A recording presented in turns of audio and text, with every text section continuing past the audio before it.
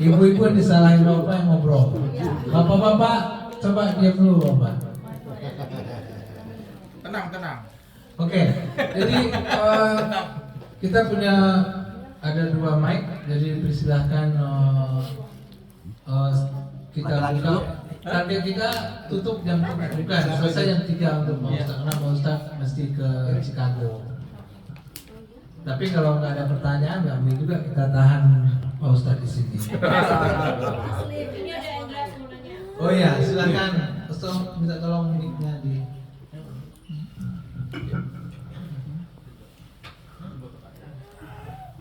Iya, Pak Ustadz ya, oke. Mau nanya kan salah satu cara kita untuk to find peace, untuk mencari kedamaian adalah dengan sholat kan. Tapi gimana kalau pas kita sholat kita juga nggak damai, kayak terburu-buru gitu, apalagi kalau di sela-sela deadline gitu mungkin, atau di sela-sela kegiatan yang lain. Terus kalau kita kelupaan rakaat, misalnya kan kalau kita kelebihan, kalau nggak salah kamu pernah baca di mana gitu, kalau kelebihan rakaat itu sujudnya setelah salam, tapi kalau merasa kekurangan rakaat sujudnya sebelum salam terakhir kalau nggak salah, atau please correct me if I'm wrong. Kayak gimana kita caranya kalau kita kelupaan rakaat? Itu pertama. Pertanyaan kedua sebenarnya agak unrelated sih, agak nggak nyambung, tapi kalau baca Al-Quran terus ada ayat sajadah, sujud sajadah ya, itu what should we do, like kita harus baca doa apa atau tata caranya dulu? Thank you. Baik, terima kasih atas pertanyaannya, dan nanti mudah-mudahan bisa disusul yang lain. Yang pertama, bagaimana kalau dengan sholat itu bisa mendapatkan ketenangan, karena ala bidzikrillah tatma'innul qulub, ketahuilah dengan mengingat Allah buat hati kita tenang. Dan inna sholata li dzikri, sesungguhnya sholat itu untuk mengingatku. Jadi bagian dari langkah-langkah untuk membuat supaya hati kita tenang, saya kembali lagi mengutip Ar-Ra'd ayat 13, bahwa dengan mengingat Allah itu buat hati kita tenang. Saya ulang lagi yang tadi saya sampaikan. Saya ingatkan bahwa untuk mengingat Allah itu dengan bahasa zikir. Ada zikir itu yang kalau boleh saya bilang, ya zikir rutinitas lah, zikir asal-asalan lah, kasarannya begitu. Nah, itu jadi nggak ngefek. Nah, yang dimaksudkan di zikrillah itu ya dengan pemahaman, dengan mengingat Allah yang benar-benar dengan hati yang khusyuk. Maksud saya begini, kalau saya kaitkan dengan konsep Al-Quran, inna sholata tanha anil fahsya'i wal munkar, sesungguhnya bahwa dengan powernya sholat itu akan membentuk orang itu tercegah dari perbuatan keji dan munkar. Saya ke situ dulu. Tapi kok ada istilah anak muda, yang muda-muda tolong dijawab. Ada istilah STMJ. Pernah dengar istilah STMJ? Kalau istilahnya Pak Bowo, susu telur madu jahe. Enggak, saya mau istilah yang muda nih. Kalau yang muda apa? STMJ. Nah itu, orang tahu itu. Siapa yang jawab itu? Perlu belajar banyak itu. Ya, mohon maaf.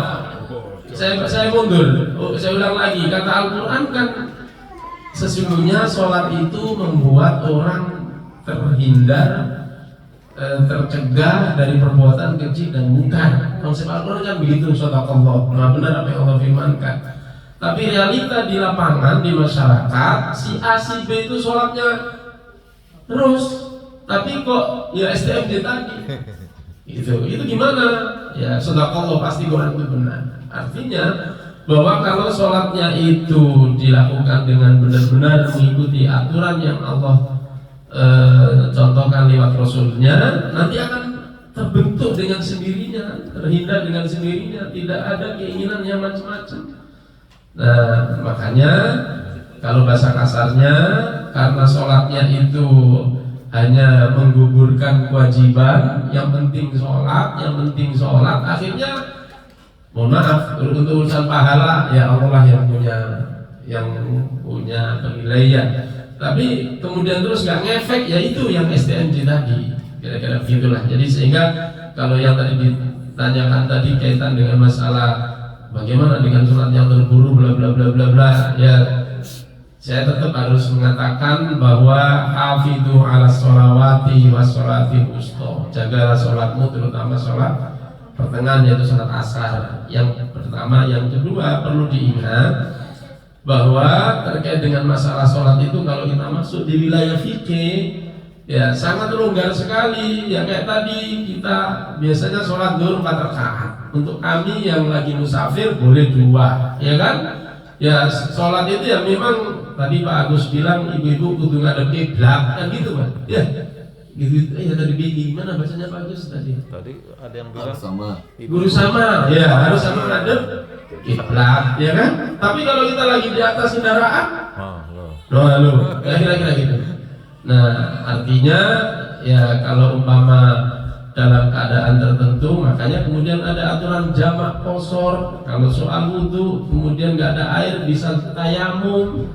Ya, ketika di kendaraan ya sholat di atas kendaraan dan seterusnya dan seterusnya.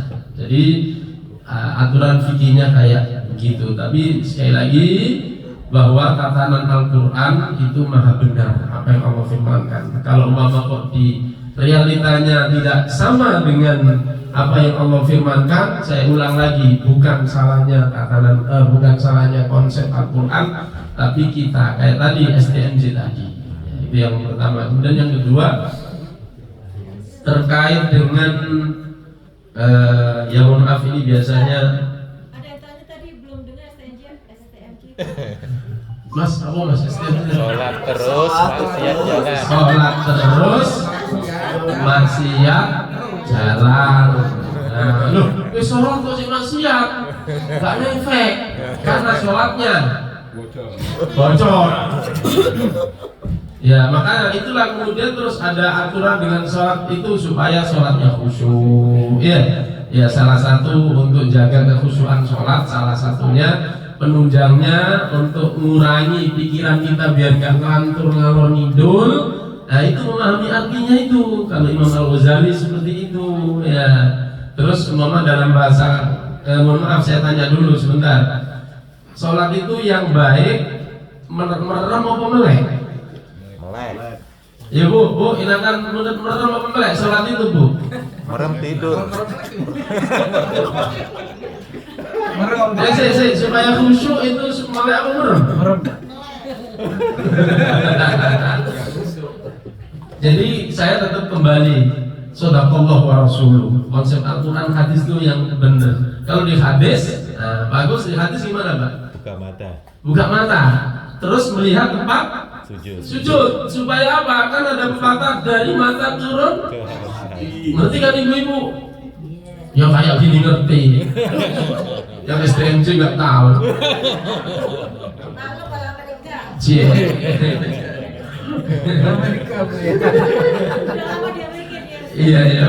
Jadi maksudnya kenapa Rasulullah ya atas perintah Allah kalau sholat itu kok matanya melek dan melihat ke arah tempat sujud, karena kan dari mata turun ke hati tadi. Ketika melihat tempat sejadah kok warnanya kuning, paling kemudian bayangkan oh partai Golkar yang warnanya kuning, gitu kan gitulah. Apalagi yang kuning? Enggak, ini nggak pemilu Pak. Paling gitu. Tapi kalau merem, sholatnya di sini, pikirannya kemana-mana. Itu loh. Makanya yang benar itu apa namanya melek tadi. Ya, itulah yang diatur oleh Allah. Kemudian nanti bisa disambung pertanyaannya, tapi saya lanjutkan dulu jawaban berikutnya. Kaitan dengan sedang sholat kemudian terus lupa rakaat, ya kaitan dengan sholat kok lupa rakaat, ya memang itu selalu terjadi karena kita ini manusia. Coba manusia itu bahasa apa coba? Arab. Ayo, yang lain barangkali dulu pelajaran di sekolah bahasa apa? Manusia. Bahasa Arab. Bahasa apa manusia? Tuh, kalau yang mau saya bagus, biarin dulu bagus. Saya nggak bakas dulu. Saya pengen ngasih kesempatan yang lain ya. Ada Bawaslu ini kan berbeda ya. Manusia itu bener bahasa Arab, ma sesuatu, ma apa-apa yang nusia diberi lupa. Wajar kita ini suka ya, Bu Ana, wajar kita suka lupa. Yang lupa bukan apa, Bu? Tahu saya. Oh. Jadi itu sudah bawaan manusia. Ya, cuma kalau nanti di wisata tertentu nanti ada haram, ada bahasa, udah ada yang pikun apa nggak beda lagi. Tapi saya ngomong di manusia. Wajar manusia itu lupa, termasuk ketika sholat ya, misalkan zuhur ini 4 rakaat atau asar 4 rakaat, di tengah-tengah sholat kok lupa. Nah, ini nanti bahas masuk di fikih. Gimana aturannya? Ya, gimana aturannya kalau lupa? Gak apa-apa lupa. Ya, nggak usah panik, nggak usah gimana. Ya udah, lupa ya udah. Cuma nanti yang dilihat lupanya, misalkan sholat zuhur nih. Sholat zuhur kan 4 rakaat. Ya, saya contohkan yang agak ekstrim aja. Setelah 2 rakaat tadi, kita harus tahiyat awal. Sudah tahiyat awal loh. Sudah tahiyat awal. Pas berdiri di rakaat ketiga, kok lupa? Aku di rakaat kedua atau ketiga. Padahal tadi sudah tahiyat awal. Maka aturan dalam fikih ambil yang lebih kecil. Maksudnya lebih kecil ini 2 apa 3 ya? Anggap 2. Jadi tahiyat awal lagi nggak apa-apa, orang lupa kok. Ya, tahiyat awal lagi. Ya, tahiyat awal lagi. Nah, kalau sudah, ya kita anggap begitu aturan fikihnya. Maka untuk menetralisir, ya, menghapus, menebus, ya, membayar kesalahan ini, kemudian aturannya disuruh dianjurkan untuk namanya sujud sahwi, sujud dendanya karena lupa. Tapi ini hukumnya, saya ngomong hukumnya dulu. Sunnah dikerjakan ya, sholatnya sah. Umpama kok ya lupa juga setelah makan siang baru ingat tadi kok nggak sujud sahwi saya, ya wis nggak apa-apa, nggak usah sholat lagi karena itu hukumnya sunnah. Itu dulu. Nah, kalau umpama mengerjakannya sujud sahwi, kalau dalam pembahasan fikih itu saya ngomong umum dulu, bisa dikerjakan sebelum salam, tapi kalau kemudian kok lupa dikerjakan sudah salam, nggak apa-apa, lupa kok, namanya juga lupa ya. Nah, setelah salam, kok belum sujud sahwi, ya nggak usah ngomong gitu tapi ya. Udah langsung sujud sahwi lagi, terus salam. Yang penting sujudnya. Saya ulang, yang penting sujudnya. Baca apa? Mohon maaf kalau mama kok hafal, kalau nggak hafal lo ya, nggak apa-apa. Islam itu gampang kok. Yang penting makanya rukun sholat itu ada yang ingat rukun sholat ada berapa? Kalau fikih Syafi'iyah 13. ada 13. Yang penting 13 dikerjakan itu sudah sah sholatnya. Selain itu nggak dikerjakan nggak apa-apa. Ya, maksud saya tadi sujud sahwi ya, sujud 2 kali, sujud, duduk, sujud, salam. Baca apa kalau mama kok hafal? Baca subhanamal la yanamu wala yashu. Gimana?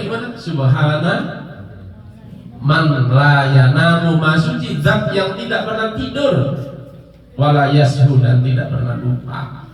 Ya, jadi apa namanya? Itu kalau hafal, kalau nggak hafal ya nggak apa-apa. Yang penting sujudnya aja. Tuh, ya, jadi rukun sholat ada 13. Sorry saya bukan ngajari supaya sholatnya ekspres. Yang penting 13 ini bapak-bapak, ibu-ibu kerjakan sudah sah sholatnya.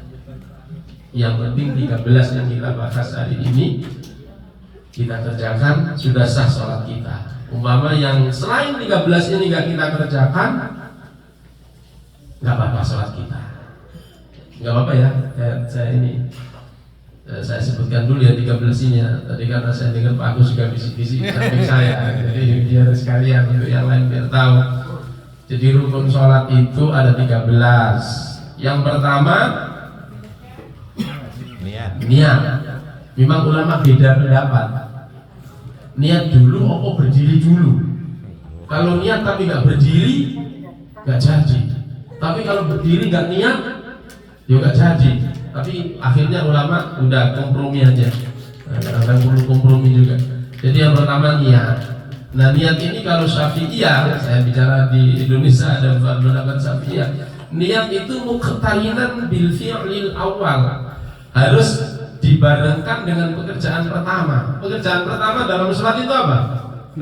Takbiratul ihram. Makanya waktu takbiratul ihram, waktu mulut kita bicara bilang Allah, hati kita ini ngomong nggak pakai usolli, langsung niat ingsun sholat kalau bahasa Jawa ya. Artinya waktu kita mulut bilang Allah, hati kita ngomong aku sholat 24 rakaat karena Allah Ta'ala gitu. Itu niat. Makanya jangan debat soal usolli apa enggak penting itu. Usolli itu dibaca sebelum Enggak marem. Kok ini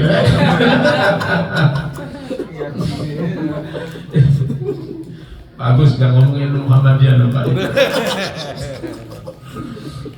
Jadi usolli itu kalau dalam bahasa fikihnya liyusa'ida lisanal qalbi, untuk bantu hati supaya hati ini connect dulu, memaremkan bismillah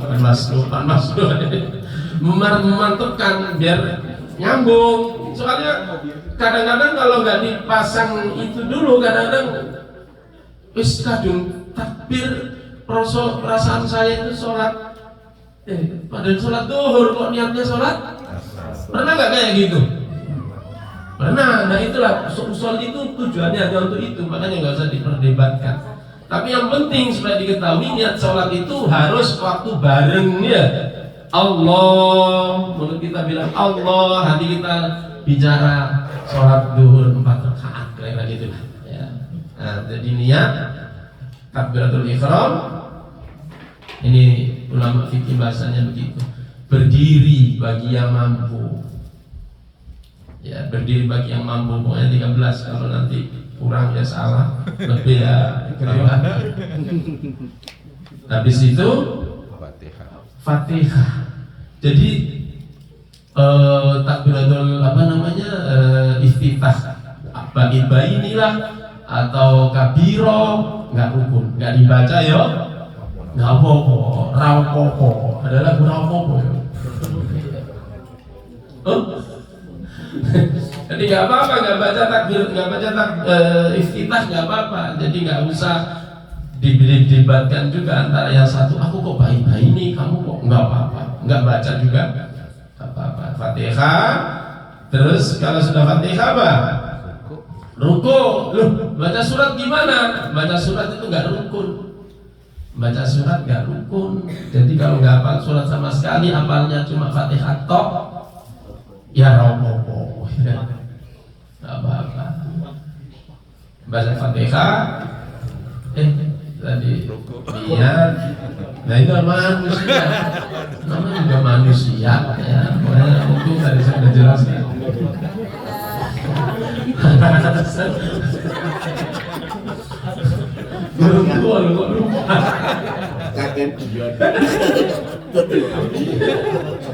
Jadi niat, ya sambil ngapalin niat, takbiratul ihram, berdiri bagi yang mampu, baca Fatihah, ruku dengan tumaknina, anteng ya, antengnya itu kalau dalam fikih paling nggak cukup baca tasbih subhanallah itu. Ruku yang kelima, yang keenam i'tidal.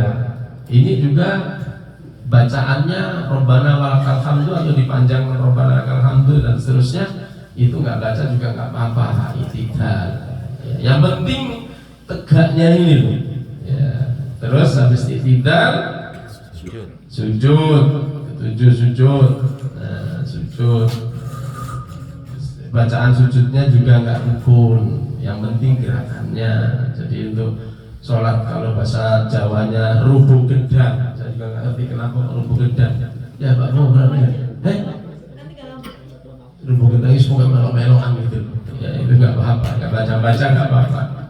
Ya yang ketujuh lari lagi sujud. Yang kedelapan duduk antara dua sujud. Duduk antara dua sujud dengan tumaninah. Yang kesembilan Akhir. duduk tahiyat akhir. Duduk tahiyat akhir itu termasuk rukun. Ya saya ini kan biar nggak lupa. Jadi nggak dibilang manusia lagi. Saya Pak, jangan itu Pak. Oh enggak, ini enggak Panwaslu ini. 9. Terus yang ke-10 ya. Tadi tahiyat akhir, yang ke-10 baca tahiyat.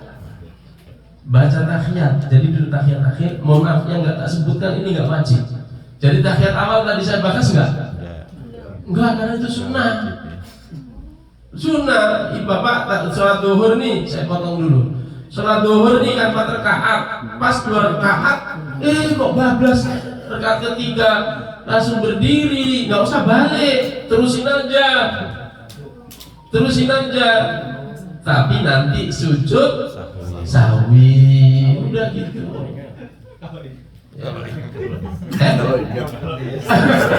Kalau ingat, ya udah nggak apa-apa. Kalau nggak ingat, orang namanya lupa. Manusia.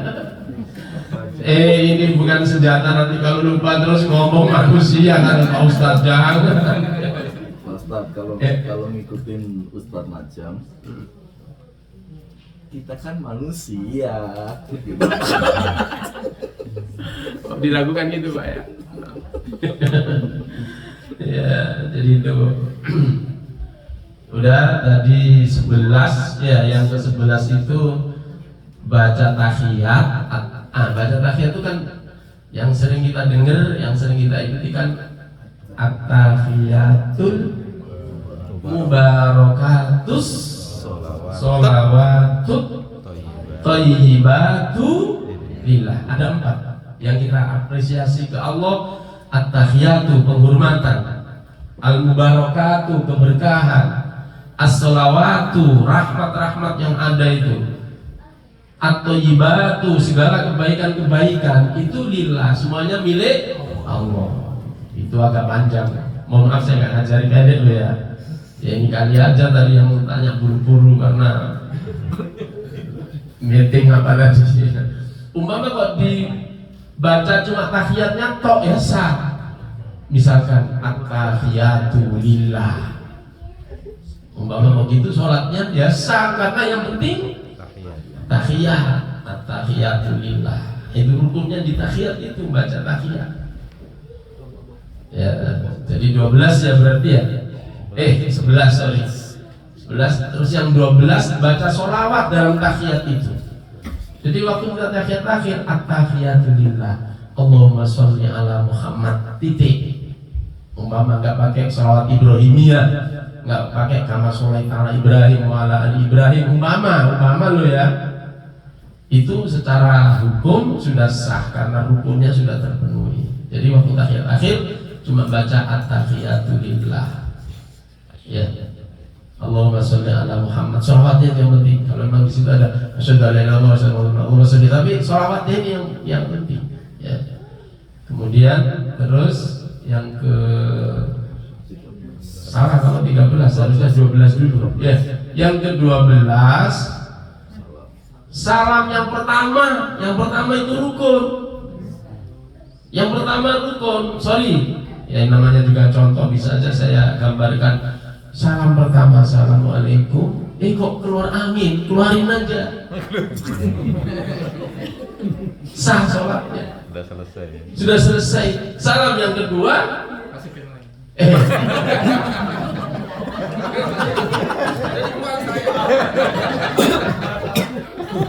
Salam yang kedua hukumnya sunnah. Iya. Kalau sunnah itu hukumnya sunnah itu kan dikerjakan boleh, enggak juga enggak apa-apa, kira-kira gitu. Ya. Tentang zikir setelah sholat enggak masalah, tanpa wudhu pun juga tetap bisa lanjut. Gitu. Jadi 13 itu yang pokok. Kalau yang dulu Tertib. tertib. Oh sorry, belum ya manusia. Oh iya tadi berdoa. Oh yang terakhir, yang ke-13 tertib. Maksudnya apa? Urutan mas. Jangan dilompat-lompat. Jangan salam dulu. Jangan salam dulu baru ketemu. Enggak, sorry saja. Gitu, rukun itu. Jadi kalau rukunnya sholat itu 13 tadi. Nah, saya sekalian biar lengkap.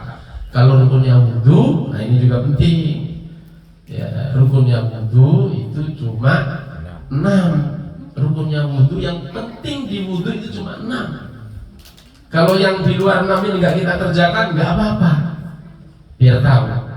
Kan kita sering waktu di pengajian anak-anak di TPA ya, waktu itu kan dipraktekkan oleh ustadz atau ustadzanya cuci tangan, terus apa lagi, kumur, nyedot air untuk hidung, disemprotkan, istinsyar. Nah, itu semuanya sunnah. Rukunnya ini cuma 6, saya sebutkan 6 ini. Balik lagi sama kayak sholat, karena innamal amalu binniyat. Ya ini konsep tadi ngomong sholat fardunya ada 13, wudhu rukunnya ada 6. Ini adalah kesimpulan para ulama setelah menggarisbawahi penjelasan Allah melalui Rasulnya di hadis begini, akhirnya terus disimpulkan. Akhirnya Imam Syafi'i berpendapat rukunnya wudhu itu ada 6. Ya, apa rukunnya wudhu itu? Yang harus kita kerjakan dalam wudhu itu, yang pertama niat tadi. Ya, karena merujuk di hadis innamal a'malu binniyat. Niat. Setelah niat, ayo kira-kira terus apa? Cuci muka. Langsung basuh wajah. Iya, basuh wajah. Minimal sekali. Nggak usah 3 kali juga nggak apa-apa. 3 kali itu sunnah. Makanya kalau mama wudhu dengan air segelas sebotol ini ya cukup segelas aqua yang di Indonesia itu nggak tahu berapa miliar, 200 ya. Itu pun juga cukup ya, itu juga cukup kalau kita ikuti yang rukun. Jadi yang pertama niat, yang kedua basuh wajah, yang ketiga basuh tangan sampai siku, ya tentunya kanan dulu, baru kiri. Terus yang keempat ngusap kepala. Nah ini soal kepala nggak usah diperdebatkan, semua apa sebagian nggak ada masalah, yang penting kepala harus.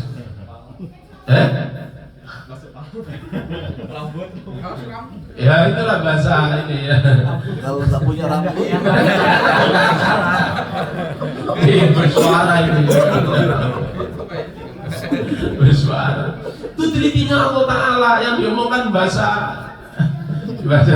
yang usap kepala ya. Soal yang mau rambut, kalau kepala semuanya punya loh.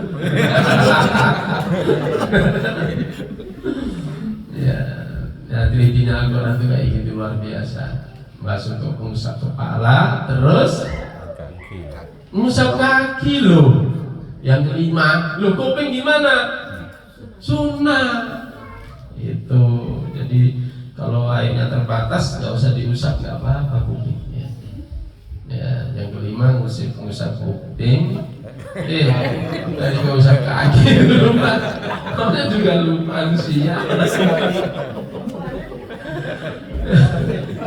sudah terus Pak.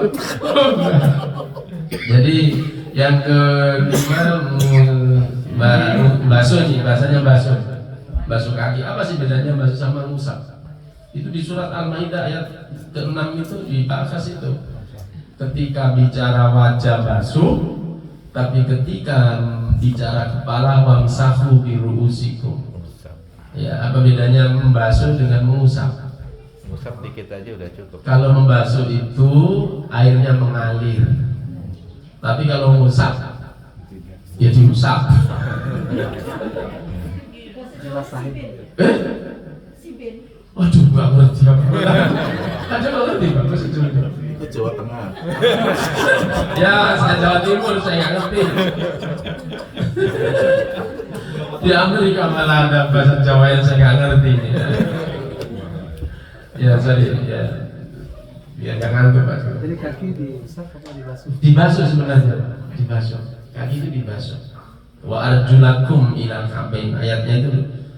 Jadi wamsahu di apa namanya? Fagsilu, usur.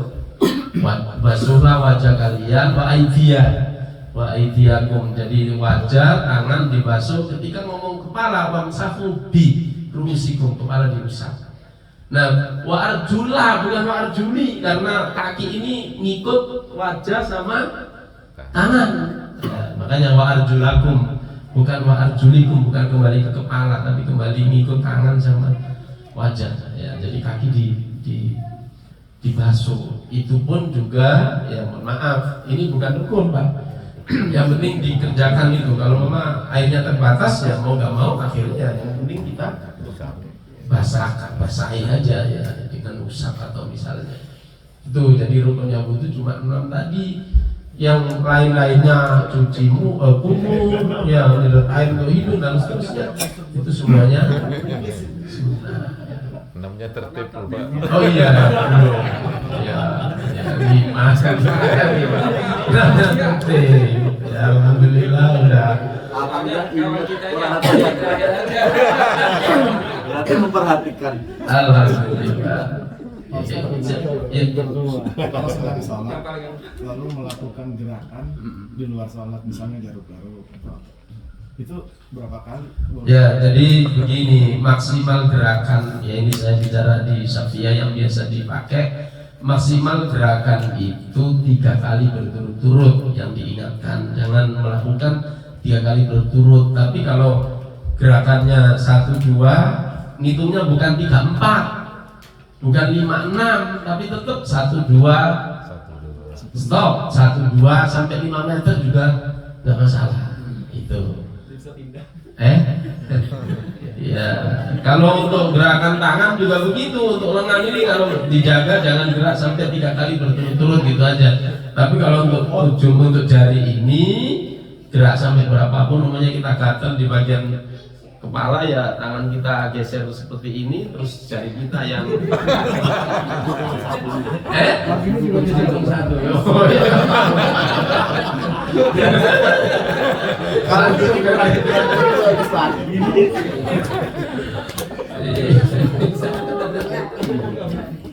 Nanya juga sedang bahas sholat, apa sholat yang tarawih yang cepat itu yang kadang 3 menit itu niat? Ya bang. Kan yang sholat tarawih yang Itu olahraga itu. Tapi gini, coba banget gitu. Saya bukan ngajari sholat cepet loh ya, tapi ini untuk ilmu loh ya. Tapi maksud saya begini, barangkali untuk menggabungkan apa yang saya sampaikan dengan pertanyaan tadi. Jadi kemudian terus mohon maaf. Kadang-kadang ada orang yang sholat karena pengetahuan sholatnya itu terbatas, jadi semuanya dikerjakan full paket apa? Kilat. Bukan ini yang full dulu Pak. Paket apa kalau full itu? Paket komplit. Kan ada beli makanan yang komplit itu paket komplit. Nah, sementara yang tahu ilmunya diambil yang apa?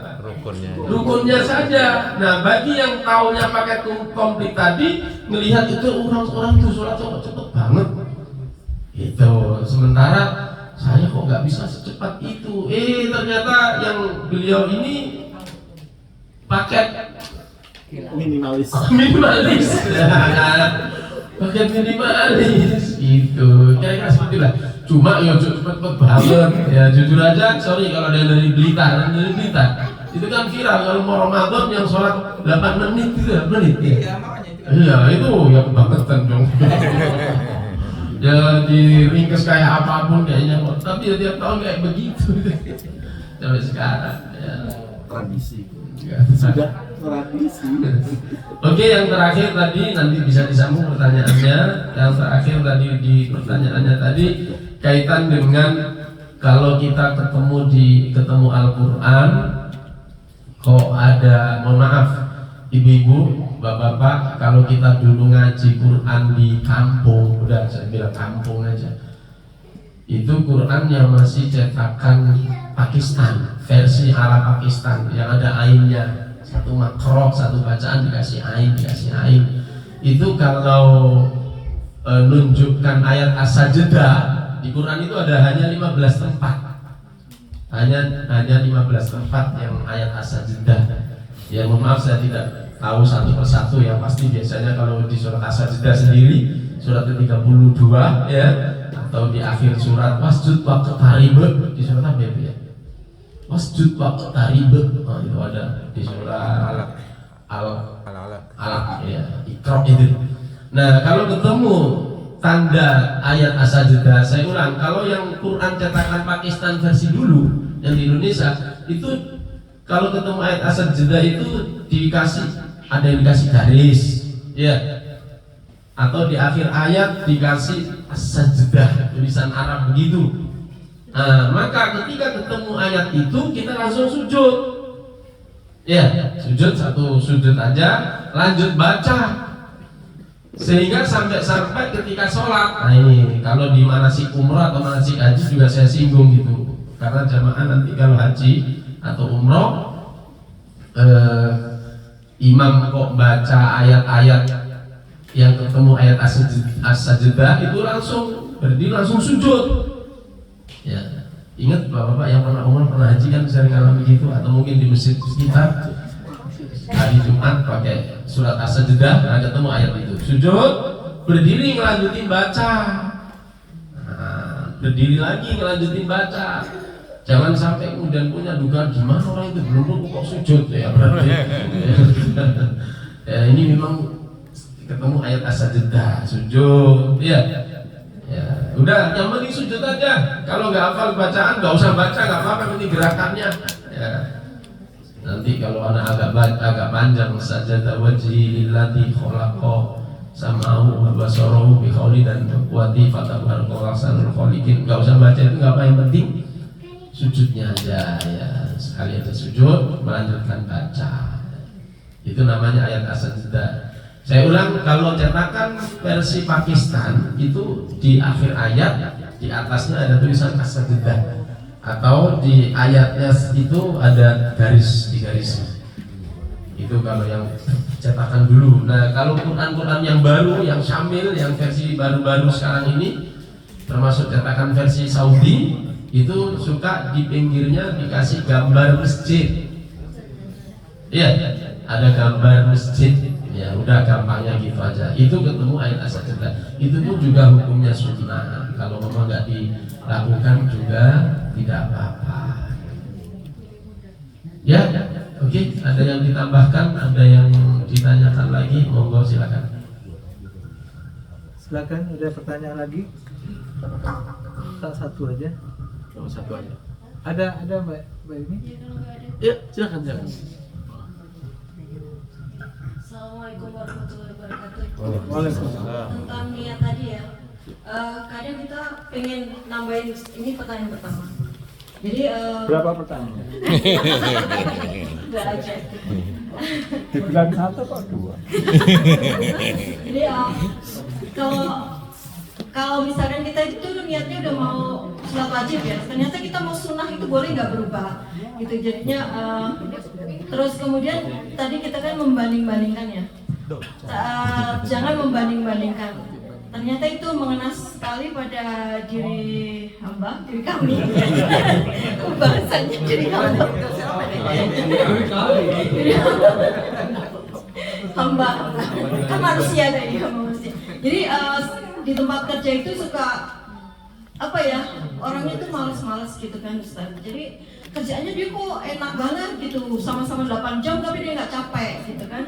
Kita terus gitu, nggak duduk, nggak apa, kan ya duduk aja tapi mereka lebih banyak gitu loh. Jadi kita jadi ikut irama mereka. Itu membanding-bandingkannya kayak yang jelek itu gimana?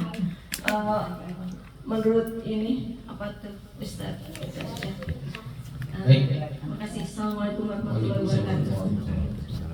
Jadi makanya saya balik lagi, inilah cerdasnya, pinternya, alimnya. Mohon maaf, ulama-ulama Indonesia itu kayak begitu. Ulama-ulama kita itu kayak begitu. Kata-kata usoli digaung-gaung, didengung-dengungkan.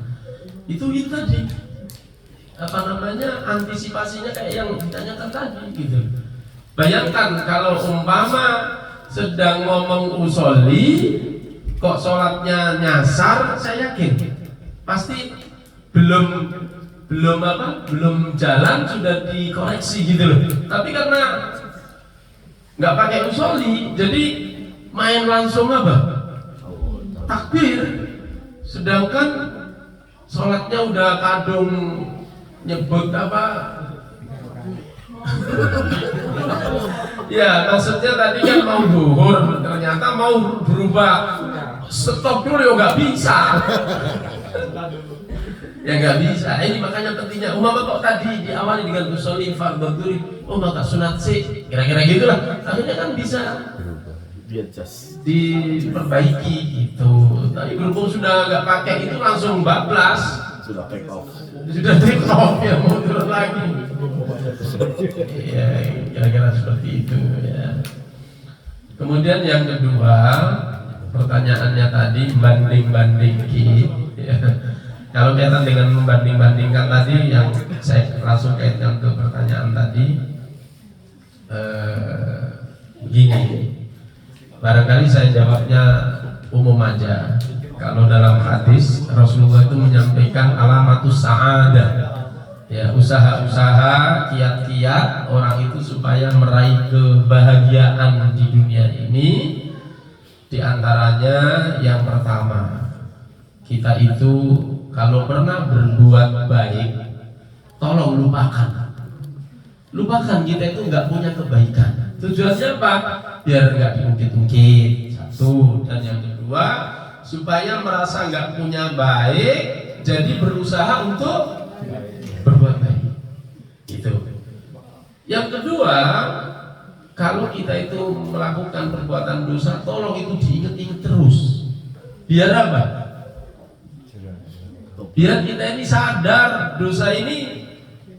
Kalau curhatannya Abu Nawas, itu kan syairnya Abu Nawas, dzunubi mithlu a'dadir rimali. Kata Abu Nawas, dosaku ya Rob sebanyak butiran pasir yang ada di pantai. Nah, jadi kalau berbuat dosa itu supaya dia diingat-ingat. Tapi tadi kalau berbuat baik, lupakan. Jangan pulang dari Mekah langsung ambil kalkulator. Kenapa Pak Agus ambil kalkulator Pak? Bukan habisnya real sama rupiah, enggak pahala.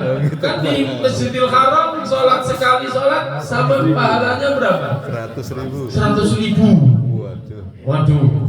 Di Medina 10.000. Bukan 1.000. 10.000 daripada yang 10.000 ya. Maksud saya begini, jangan kemudian terus nanti maksud saya dihitung. Oh, aku sudah lupakan.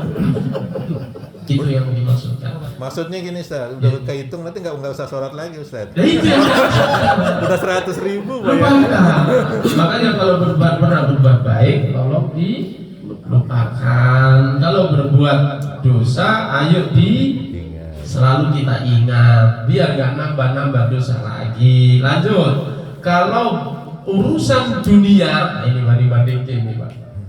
Urusan dunia, ayo kita lihat orang yang di bawah kita. Udahlah yang di Amerika udah tenang, ini nggak usah nih lihat yang di mana Pak? Antariksa. Lihatlah yang di Indonesia banyak yang susah, tukang gojek tiap pagi berdiri di depan, ya Allah.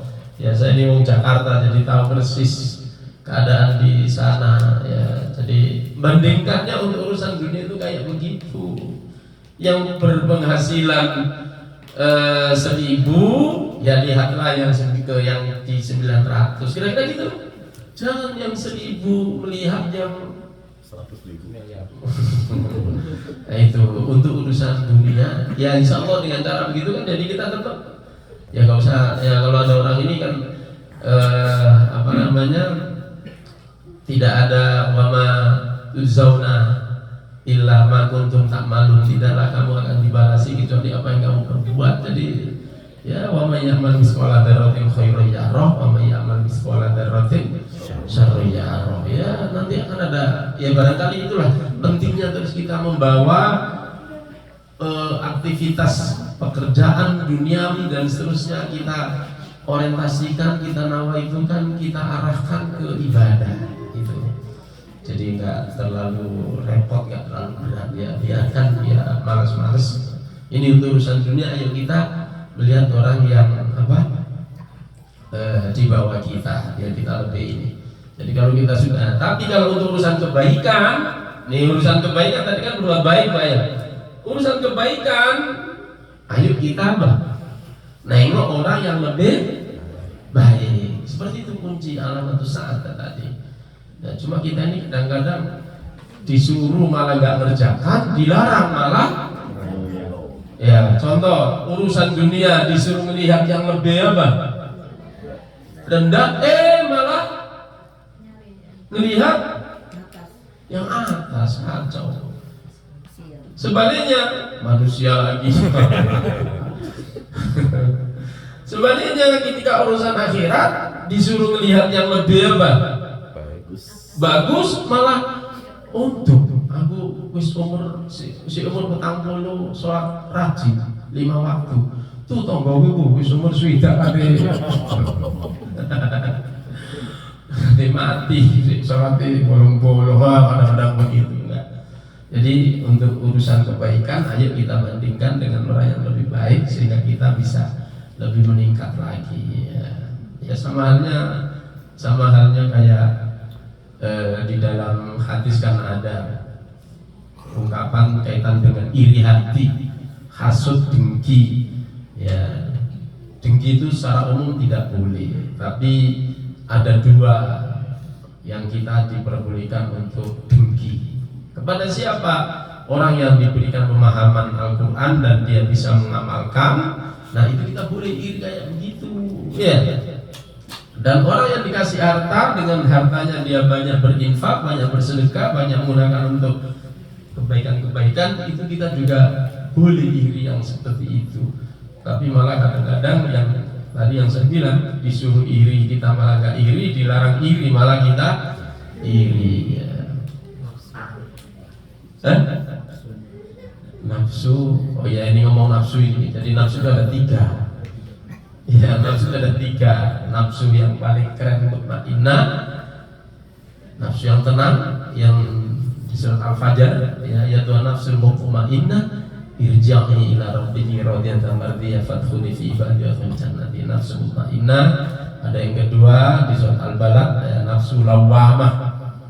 Orang Jawa bilang alwamah. Nafsu lawamah itu nafsu yang tak terkontrol, tanpa direncanakan, nafsu yang menyesal. Ya, jadi kalau ada orang yang marah, mohon maaf saya tanya ibu dulu ya. Ibu kalau marah ekspresinya apa? Diam. Oh, Pak, bener nggak ibunya diem, Pak? Batin-batin. Tuh, banting ini yang saya. Nah, itu nggak direncanakan itu, banting jeger. Nah, itu nafsu lawamah. Setelah banting jeger pecah, siapa yang nyapu? Dia sendiri. Enggak, suaminya udah pergi dunia sendiri. Nyesel. Banting-banting dewe di nyesel. Itu nafsu lawamah. Belajar dari itu akhirnya diam. Apa? Belajar dari itu akhirnya kita diam. Itu jawabannya. Itu bela diri juga ini. Manusia. Iya, itu nafsu lawamah. Nah, nafsu yang ketiga yang ada di surat Yusuf itu, yang juz ke-13 itu 12 juz 12, wa ma ubari'u nafsi innan nafsa la'ammaratun bisu'. Nafsu amarah, ya, amaratun bisu'. Jadi kalau kita ada pikiran jelek, itu nafsu yang merencanakan, ya, untuk berbuat tidak baik, itu dorongan nafsu yang amaratun bisu tadi. Tapi kalau yang jikir banting pintu, banting piring atau banting apa, itu nggak ada rencana, itu nafsu yang lawamah. Nah, tapi kalau ada muncul kebaikan-kebaikan yang mau kita kerjakan, itu adalah nafsu mutmainnah. Tadi pertanyaannya sudah saja, apa lagi? Saya Ada pertanyaan lagi? Oh, ada itu. iya, mau nggak sih? Di belakang. Kasih mic-nya, Mbak. Oh, enggak ada nanya, Mbak. Enggak. Itu ada. Iya, silakan. Itu. Itu masih ada sampai jam 3 ya, jadi tanya jamnya masih ada. Pertanyaan berapa dulu? Banyak. Tes. Oke. Assalamualaikum. Waalaikumsalam. Jadi begini, tentang masalah sholat, kan kita tadi kan boleh membaca Allah berkadiro atau yang tadi ya Allahumma baik itu. Ya kita boleh membacanya atau enggak. Nah itu kan satu kortingan ya kalau kita mau buru-buru kita sholatnya. Saya ngajarin. Enggak ya betul saya ngerti. Ya saya ngerti karena Ibu suka kan diskon. saya hitung itu sebagai diskon karena saya kan kadang di kantor susah sholatnya harus cepat-cepat ya. Masa kita udah korting itu apakah baca bismillah tadi kan ininya ya kita harus baca bismillah. Nah bismillah al-fatihah al-fatihahnya tuh apakah kita, saya ini orang bodoh Ustaz, saya mohon maaf, apakah kita baca bismillahnya itu harus tumakninah yang dengan bismillahirrahmanirrahim sesuai dengan itunya, atau kita cuma bismillahirrahmanirrahim alhamdulillahirrahim ya gitu. Apakah kita harus buru-buru atau tidak? Yang kedua adalah tentang masalah ambil wudhu. Kan kadang kami tidak banyak waktu dalam ambil wudhu, kita harus membaca Quran nih waktu Ramadan contohnya. Di sela-sela itu saya cuma ada waktu sekitar 10 menitan. Jadi ketika itu saya harus buru-buru gimana nih mau pakai kos kaki untuk kan tadi pas sampai wudhu kan katanya harus membasuh kaki. Apakah membasuh kaki itu kan kita di kantor tuh gimana ya? Kita kaki aja atau di sepatunya? Apakah kita harus membasuh kakinya benar? Udah 2, lanjut. Banyak tadi, Pak. Itu aja lah dulu.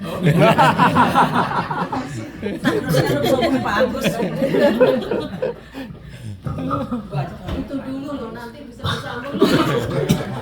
Oke, terima kasih. Jadi yang pertama kaitan dengan baca Fatihah tadi. Ya, jadi kalau kita bicara surat Al-Fatihah itu berapa ayat ya? 7.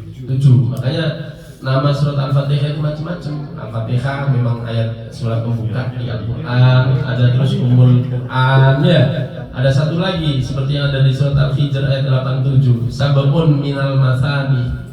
7 ayat yang dibaca berulang-ulang. Maksudnya 7 ayat dibaca berulang-ulang itu artinya yang saya maksudkan yang masuk di surat Al-Fatihah Bismillah juga masuk. Nanti bisa dilihat Bismillahirrahmanirrahim itu di Al-Fatihah dikasih nomor 1 karena masuk ayat, ya kan? Bandingkan nanti di surat kedua atau surat Al-Baqarah Bismillahnya nggak dikasih nomor karena memang nggak masuk ayat. Jadi maksud saya Bismillah harus dibaca. Nah terkait dengan bacaan surat Al-Fatihah tadi, mungkin ada yang tartil, ada yang kasarannya nggak tartil. Nah kalau itu hal yang berbeda. Tapi yang saya maksudkan ketika surat Al-Fatihah itu dibaca secara hukum, saya ngomong hukum sholat, itu rukunnya sudah terpenuhi. Ya, terkait dengan nanti bicara yang dicontohkan yang pelan-pelan dan seterusnya, itu nanti bicara kualitas. Kira-kira gitu loh, bicara tentang kualitas. Ya emang sebaiknya ya harus ini. Cuma berkaitan dengan tartil itu, kalau bacanya dengan pelan-pelan, dengan agak cepat, yang saya maksudkan misalkan kayak orang-orang yang sudah hafal Quran, kita sering dengar ngajinya kelihatannya cepat. Tapi bagi mereka yang sudah jam terbangnya cepat ngajinya itu tetap kok tajwidnya kepegang. Ya, manjangin aja, nggak panjang-panjang, terlalu panjang ya, diangkat sedikit aja itu sudah apa namanya, sudah terpenuhi tajwidnya. Jadi sekali lagi secara hukum ketika surat Al-Fatihah itu dibaca maka sholatnya sudah sah. Terkait dengan nanti surat Al-Fatihahnya itu panjang pendeknya kurang, itu nanti beda lagi tentang kualitas. Tapi yang pasti saya geser ke membaca Al-Quran.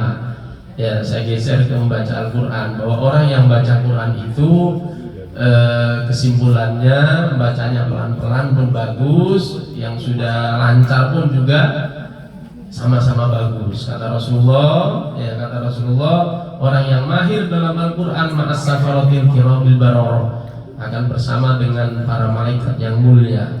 Walladzi yatatak, orang yang bacanya terpatah-patah ya, terputus-putus ya, dapat 2 pahala mau baca dan pahala perjuangan.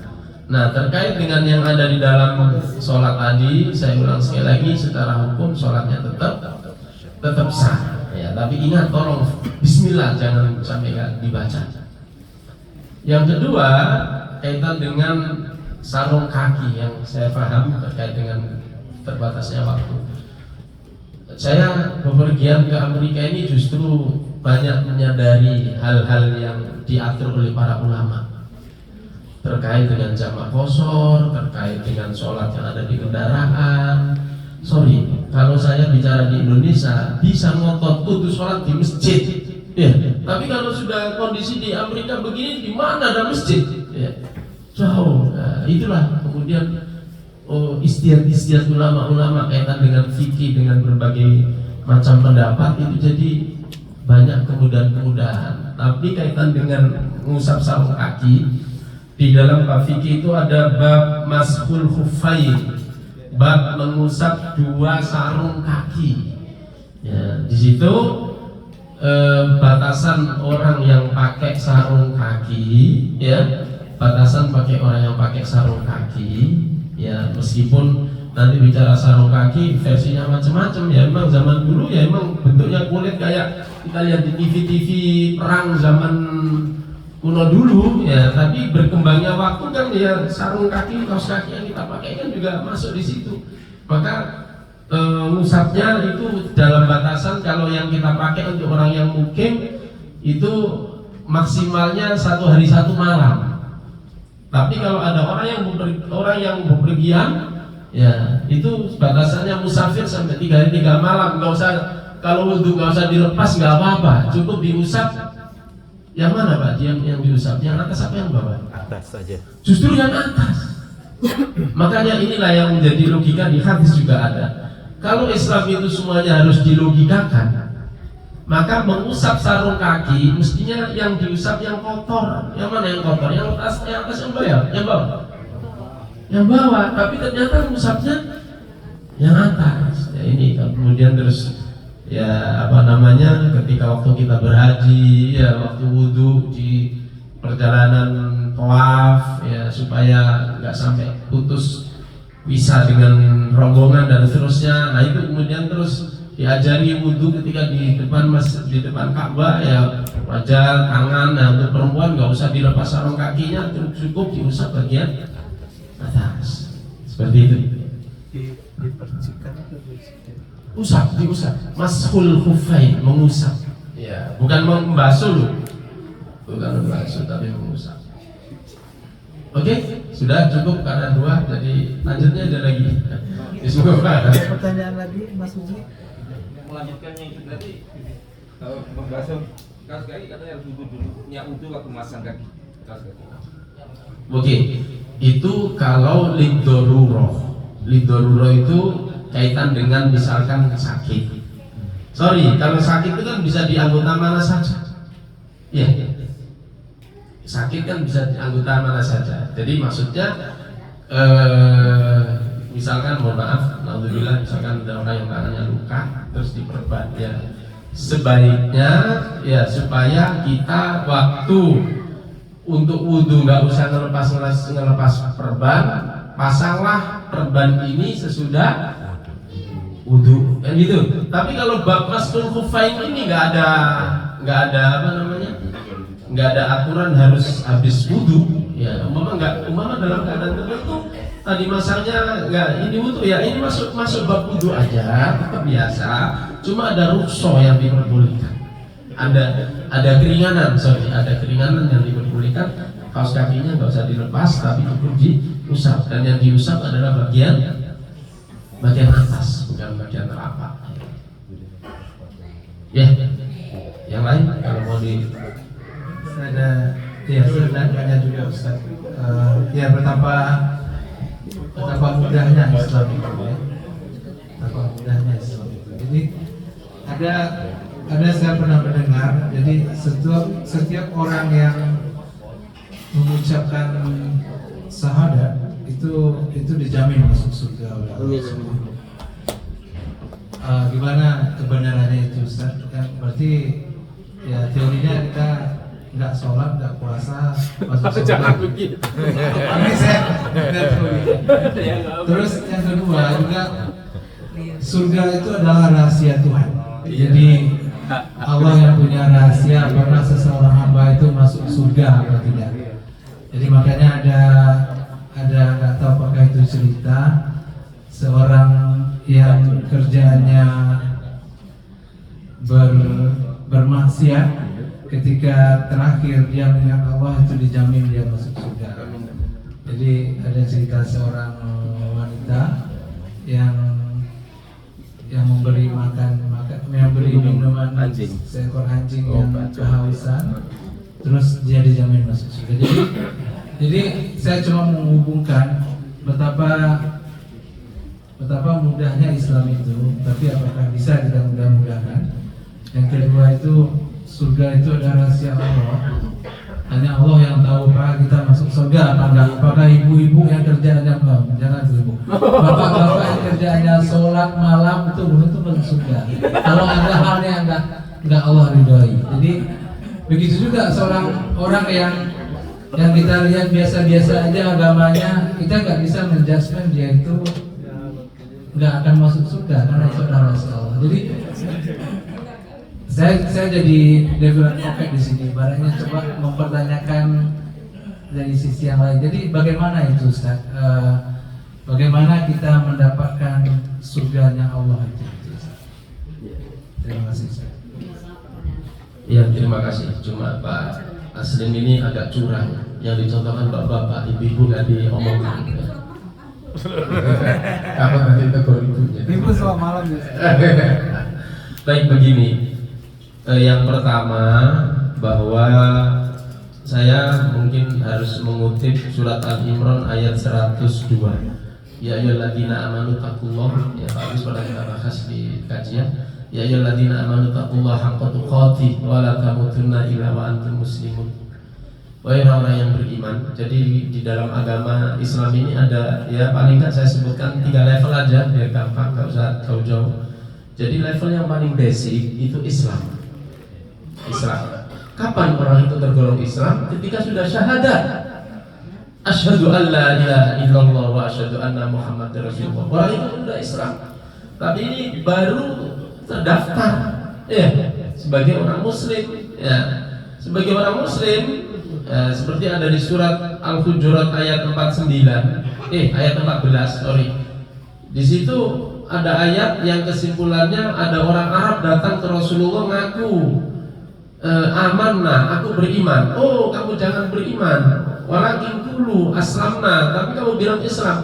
Kamu itu masih level Islam, belum iman, karena tingkatan kamu ini belum meresap ciri-ciri orang yang beriman. Jadi saya ulang lagi, Islam ini istilahnya ranking level yang paling dasar. Ketika sudah syahadat, sudah Islam. Nah, di Al-Imran 102 tadi, ya ayyuhalladzina amanu, wahai orang yang beriman, tingkatkan keimananmu itu sampai pada tingkat takwa. Tapi yang menarik di ayat yang sama, wa la tamutunna illa wa antum muslimun. Kamu jangan mati kecuali dalam keadaan Islam.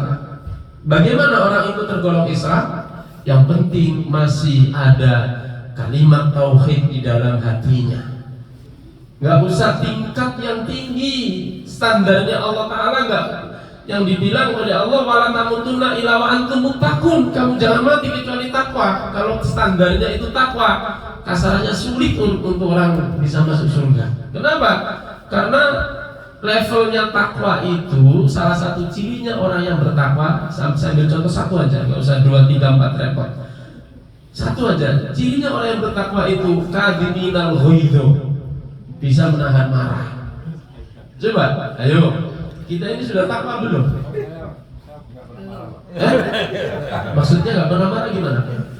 Aku mau bahagia sama istri. Wah, istrinya ada nggak?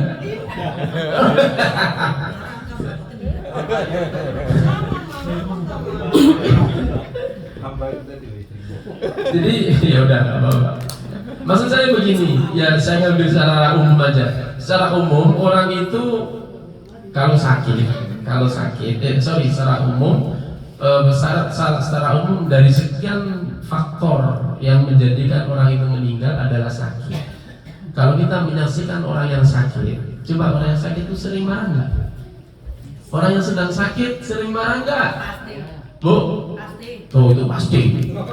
Ya, sering marah karena kepingin sembuh, kok nggak sembuh, muncul marah. Berarti orang yang sedang sakit itu nggak masuk takwa kan? Bayangkan kalau meninggal itu harus standar takwa. Wah, nggak bisa masuk surga. Tapi ayatnya wala tamutunna illa wa antum muslimun, kamu jangan mati kecuali Islam. Artinya yang penting la ilaha illallah itu masih tersemat, tertanam dalam hati. Ya, ada harapan besar orang mukmin, orang muslim itu masuk surga. Jadi nggak usah diperdebatkan muslim KTP kayak muslim itu urusan dia. Ya. Ngerti muslim KTP? Opo? Saya senang banget ungkapan. Saya senang banget ungkapan. Oh, begitu. Kenapa? Kayaknya bikin saya semangat.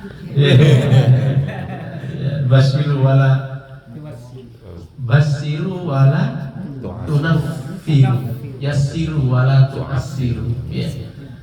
Memang harus begitu konsepnya. Nah, oke. Akhirnya kita bicara soal surga. Ya. Memang surga itu hak prerogatif Allah Ta'ala. Kita nggak bisa memvonis, wah calonin rokok ya, nah, Banyak orang-orang begitu. calonin rokok, punya neraka. Sorry kalau Jawa Timuran bang. Saya kondisi dulu. Kalau Jawa Timuran keluarnya lah ya. Kalau Jawa Timuran suruh rokok. Apa?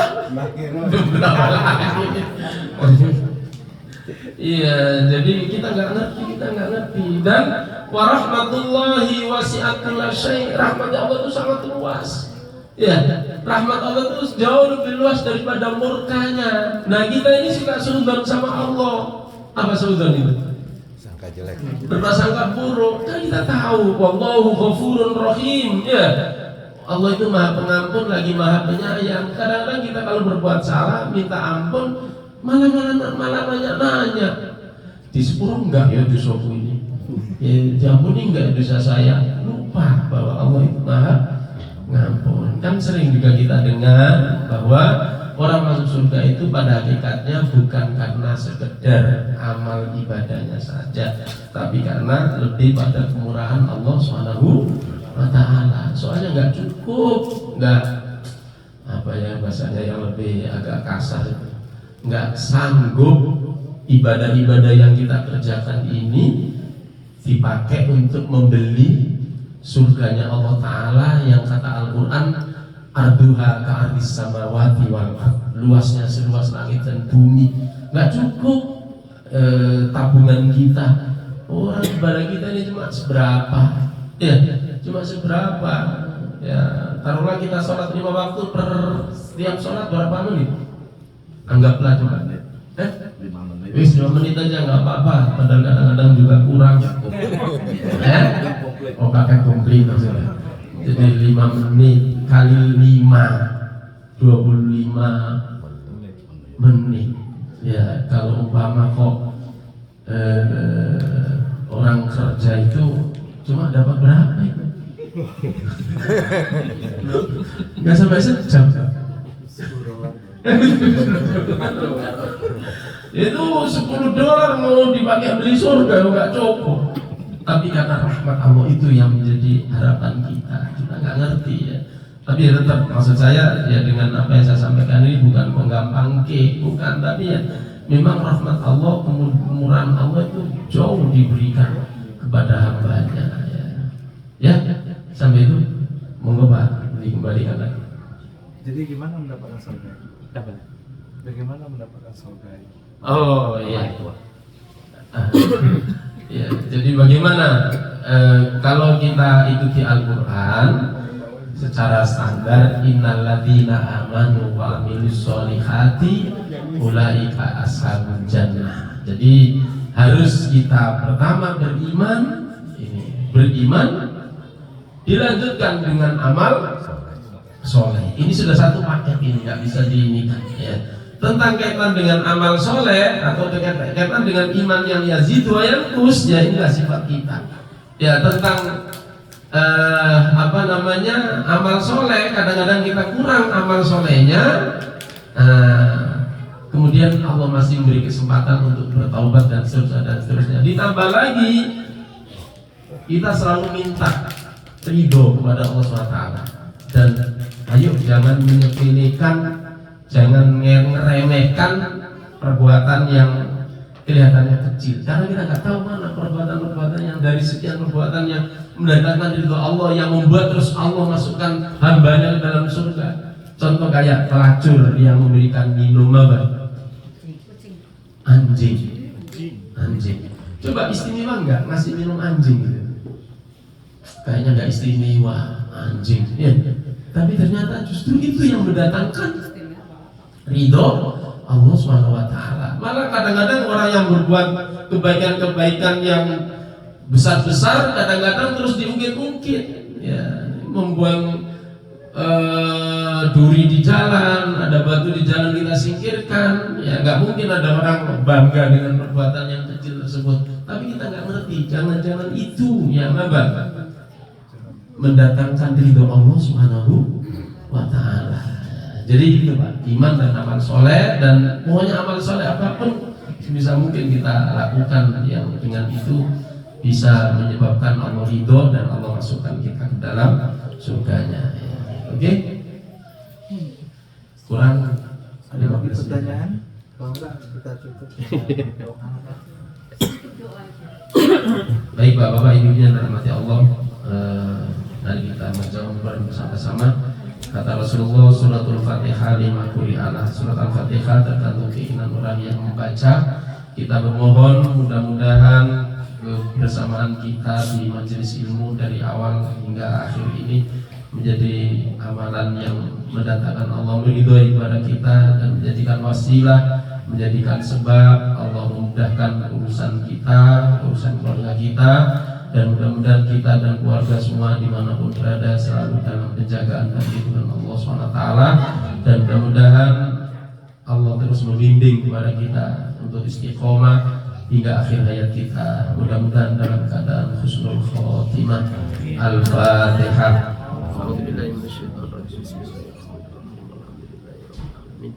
Ar-Rahmanir-Rahim. Maliki yaumiddin.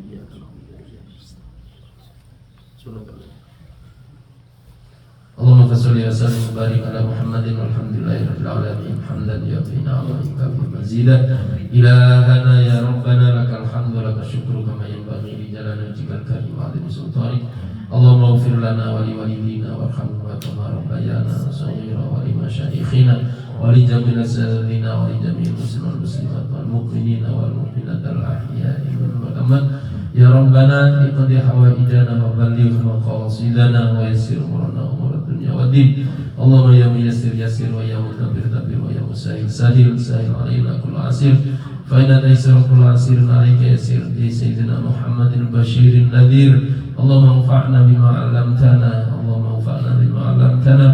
Allahumma anfa'na bima 'allamtana wa 'allimna ma yanfa'una wa 'allimna ma jahilna. Allahumma aftah lana bi khair wa akhtim lana bi khair waj'al awaqiba umurina ila khair. La ilaha illa anta subhanaka inni kuntu minadh dhalimin. Rabbana hab lana min azwajina wa dhurriyyatina qurrata a'yun waj'alna lil muttaqina imama. Rabbana atina fid dunya hasanah wa fil akhirati hasanatan wa qina adzabannar. Allahumma ya Allah, inna nas'aluka husnal khatimah wa na'udzubika min su'il khatimah. Sallallahu Muhammadin walhamdulillahi rabbil alamin. Terima kasih Bapak Ibu semuanya. Kalau ada baiknya dari Allah Ta'ala, dan mohon maaf atas segala kekurangannya.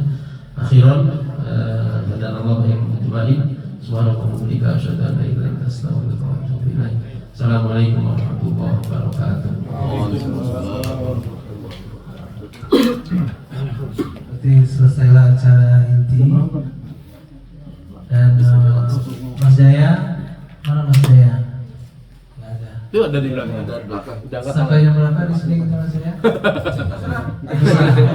Jadi ibu-ibu dipersilahkan melanjutkan acaranya di sini karena Pak Ustadz dan rombongan akan segera ya Pak ya. Terima kasih. Wassalamualaikum.